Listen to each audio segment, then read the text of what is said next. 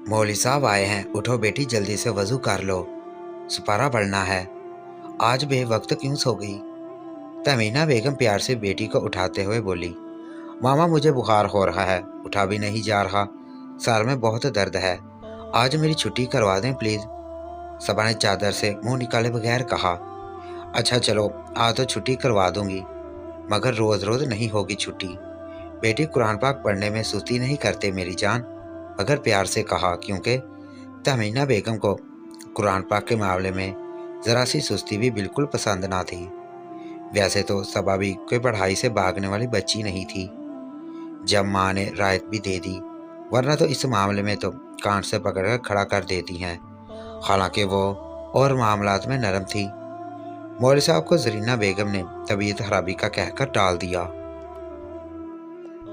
मगर उनके जाते ही सबा ने शोर मचा दिया, मौलवी साहब से नहीं पढ़ूंगी।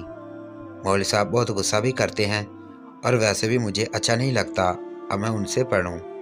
मुझे कोई कारियाँ लगा कर दें, वरना मैं नहीं पढ़ूंगी। वो कोई 12-13 साल की थी, मगर इस मामले में अपना फैसला कतई सुना चुकी थी और तहमीना बेगम ये मुकदमा सबा के बाबा की अदालत में पेश कर चुकी थी। क्या हो गया है बेगम साहबा? बेटी जो कहेगी वो आप करती जाएंगी। वो तो ना समझ है, आप तो समझदार हैं, आपको उसे समझाना चाहिए था। अगर कोई मसला है तो मसला हल किया जाए, ना कि पढ़ाई छोड़ दी जाए। वजाहत साहब एक ही सांस में बोल गए, वजाहत साहब आप खुद ही बात कर लें, मैंने बच्ची से बहस करना मुनासिब नहीं समझा। तहमीना बेगम ने शोहर को जवाब देते हुए इंसानियत से बताया और खुद बावर्ची खाने का रुख किया। खाने के दौरान सबा बहुत हैरान थी कि बाबा ने छुट्टी का कुछ क्यों नहीं पूछा। बाबा भी मुस्तकिल सबा के चेहरे की बेचैनी, घबराहट और खौफ को नोट कर रहे थे। यकीनन कोई ना कोई बात ज़रूर है जो सबा ऐसे रिएक्ट कर रही है, वरना तो वो वालिदैन के आगे चूं भी नहीं करती थी। और फिर उन्होंने फैसला किया और एतमानान से खाना खाने लगे। लेकिन सबा की प्लेट में भी बड़े प्यार से खाना डाला, उसे कुछ तसल्ली हुई और वो भी मुतमन होकर खाने लगी। खाने के काफ़ी देर बाद जब बाबा फारग हो गए तो उन्होंने सबा को अपने कमरे में बुलाया। सबा को बोलकर खुद किचन के काम निपटाने चली गई। सबा को डर लग रहा था कि बाबा डांटेंगे, मगर फिर भी तो बात करना थी, वरना मौलवी साहब उसके साथ इस तरह बदतमीजियाँ करते रहते। खैर वह डरती डरती बाबा के कमरे में जा पहुंची। अस्सलाम वालेकुम बाबा, मैं आ जाऊं? वो कमरे के दरवाजे पर खड़ी बाबा से अंदर आने की इजाज़त तलब कर रही थी। वालेकुम सलाम, जी बेटी आएँ। सलाम का जवाब देते हुए बाबा ने बड़ी शफ़क़त से कहा। अपने महसूस कुर्सी पर बैठकर उसका इंतज़ार कर रहे थे। बैठो बेटी। बाबा ने बेड की साइड पर रखी हुई कुर्सी की तरफ इशारा किया। जी बाबा, यह कहकर वो कुर्सी पर जा बैठी और सवालिया नज़रों से बाबा को देखने लगी। बेटी, क्या आप बताना मुनासिब समझेगी कि आप कुरान पाक पढ़ने से क्यों मना कर रही हैं? बाबा ने पूछा। नहीं नहीं नहीं बाबा, मैं कुरान पाक पढ़ने को मना नहीं कर रही। बाबा मैं तो मौलवी साहब से पढ़ने को मना कर रही हूँ, आप मुझे कोई कारी या बाजी लगवा दें, मैं उनसे पढ़ लूँगी। सभा के अंदर में लिहाज के साथ साथ इंतहा भी थी, यानी दो टुक फैसला था उसका। अच्छा, बाबा ने गहरी सोच के साथ कहा और उसे जाने का इशारा करते हुए बोले, जाएं और अपनी वालदा को भेजें मेरे पास। जी बाबा, शब्बा खैर, कहती हुई सबा अपनी अम्मी के पास गई। अम्मी, आपको बाबा बुला रहे हैं। वह बाबा को अपना जवाब देकर काफ़ी मुतमिन हो चुकी थी। हाँ जाती हूँ, ज़रा काम समेट लूँ। और सबा अपने कमरे में चली गई। जी बुलाया है आपने? तहमीना बेगम चाय की प्याली हाथ में लिए कमरे में दाखिल हुई। तहमीना बेगम, आप अपने तौर पर बेटी से मालूम करने की कोशिश करें, मुझे यकीन है कोई ना कोई बात ज़रूर है जो हमारी बेटी इतनी परेशान लग रही है। बेगम आप पूछें, वो आपको ज़रूर बताएगी।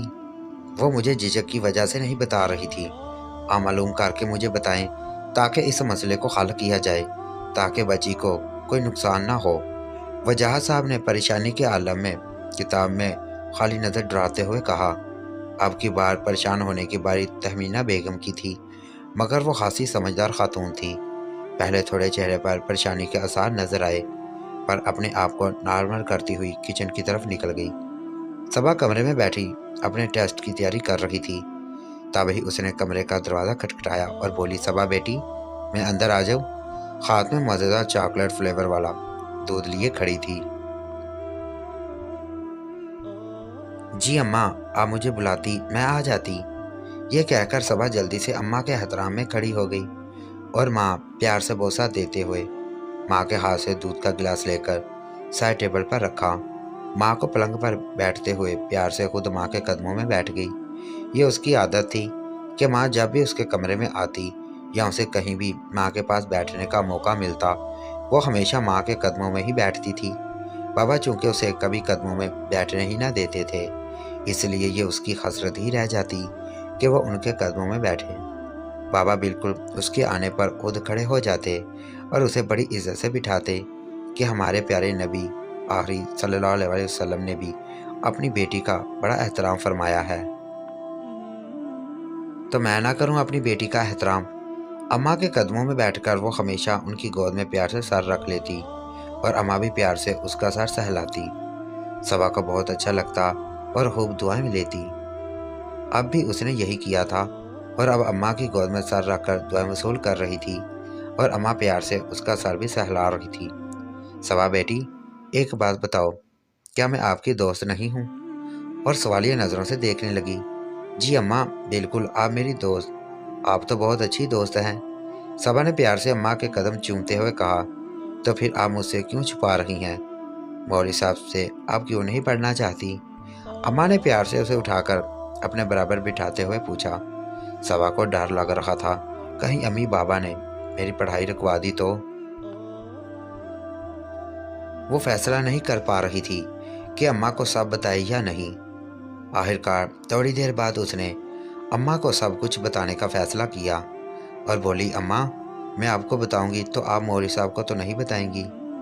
उसने रोते हुए चेहरे के साथ अपनी माँ से पूछा।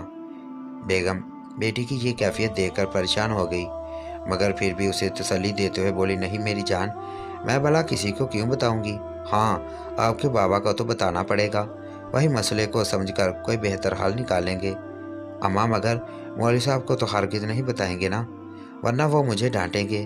वैन वाले अंकल की तरह वो ऐसे बोली कि अब रो देगी। ये क्या बोल दिया? वैन वाले अंकल ने उसे सख्ती से मना किया था। जब उन्होंने उसको ज़बरदस्ती अपनी गोद में बिठाना चाहा तो वो चीखती चिल्लाई थी, तो उन्होंने उसे छोड़ दिया था, मगर उसे धमकी दी थी कि किसी और को बताया तो तुम्हारा वो हाल करूँगा कि तुम अपनी शक्ल भी नहीं पहचान सकोगी। जिस वजह से उसने डर के मारे किसी को घर में नहीं बताया था, वो बात आज बेअख्तियार अम्मा के सामने निकल गई थी। मुझे बताओ बेटी, डरने की कोई ज़रूरत नहीं है, तुम हमें हर बात बताओ। हम आपके वालिदैन हैं और अगर आपको कोई हरासा या खौफज़दा करता है तो उससे निपटना हमारा काम है। आप बिल्कुल नहीं घबराएं, बल्कि अगर कोई मसला था तो आपको पहले ही हमसे शेयर कर लेना चाहिए था, ताकि आप किसी भी बड़ी परेशानी से बच सकती। बेटी, बाबा से कुछ नहीं छुपाते और ना ही डरते हैं। हाँ, उनका अदब ज़रूर करते हैं। माँ बाप इस दुनिया में वो वाहद होते हैं जो आपके सबसे बड़े खैरख्वाह